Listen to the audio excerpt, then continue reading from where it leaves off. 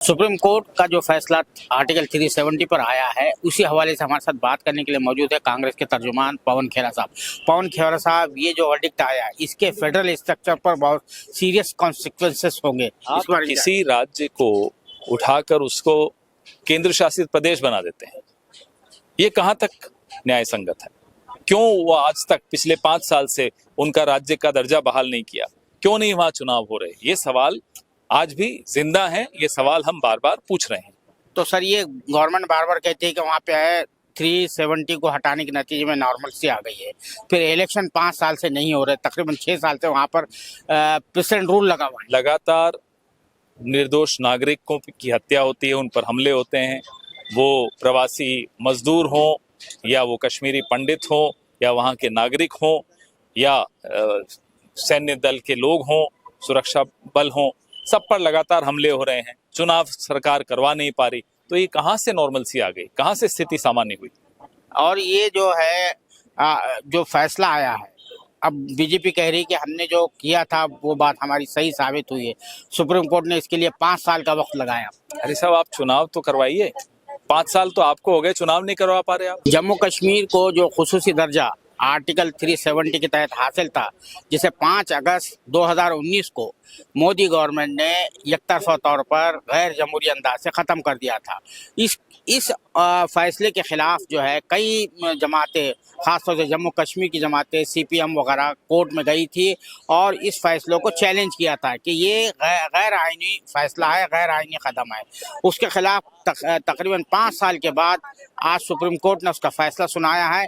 जो फैसला जो सुनाया है, उसके नतीजे में ये हुआ है कि जो कश्मीर की जो हैसियत है, वो जो खुसूसी हैसियत है, वो अब तकरीबन उसको एक जवाज़ मिल गया है, जो ख़त्म कर दी गई है, उसको जवाज़ मिल गया है उस फैसले के नतीजे में। कोर्ट ने जो है नेशनल सिक्योरिटी और दूसरे चीज़ों का सहारा लेते हुए हुकूमत का जो कदम था उसको जायज़ ठहराया है। लेकिन उसके नतीजे में कश्मीर की जमातों में भी और कई अपोजिशन जमातों ने सख्त रद्द-ए-अमल का इज़हार किया है। कांग्रेस ने भी इस पर रद्द-ए-अमल का इज़हार करते हुए बहुत ही कॉशियस, मोहतात मौक़िफ़ इख्तियार करते हुए ये मुतालबा किया कि हमारा मुतालबा है कि 5 साल हो रहे हैं, 6 साल हो रहे हैं, वहाँ पे आप इलेक्शन क्यों नहीं करा रहे हैं?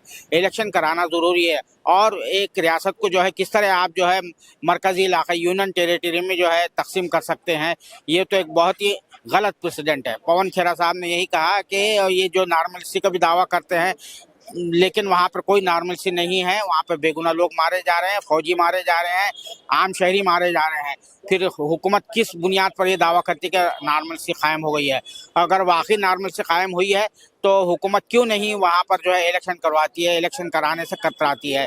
और कांग्रेस का ये भी, पवन खेरा साहब जो तर्जुमान कांग्रेस के हैं, उनका ये भी मुतालबा था कि हमारे पार्टी का मुतालबा है कि जल्द अज जल्द जो है कश्मीर की जो रियासती हैसियत है, जिसको जो है मरकज़ी इलाके में तब्दील कर दिया गया था, उसका हैसियत घटा दी गई थी। उसके 2 हिस्से कर दिए गए थे। एक लद्दाख का इलाका बना दिया गया था, मरकज़ी इलाका बना दिया गया था, यूनियन टेरिटरी बना दिया गया था, और जम्मू कश्मीर को भी जो है यूनियन टेरिटरी बना दिया गया था।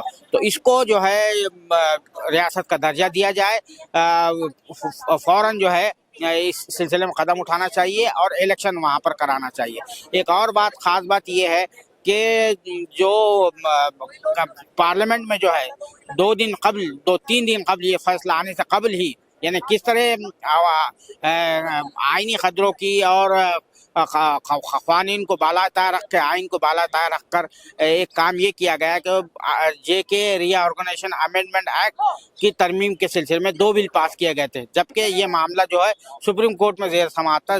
सुप्रीम कोर्ट की तरफ से इसका कोई अभी फैसला नहीं आया था, लेकिन पार्लियामेंट में ये काम किया गया, जिस पर CPM ने भी सख्त एतराज़ किया था। कैमरामैन जीशान राही के साथ मैं अब्दुल बारी मसूद, नई दिल्ली।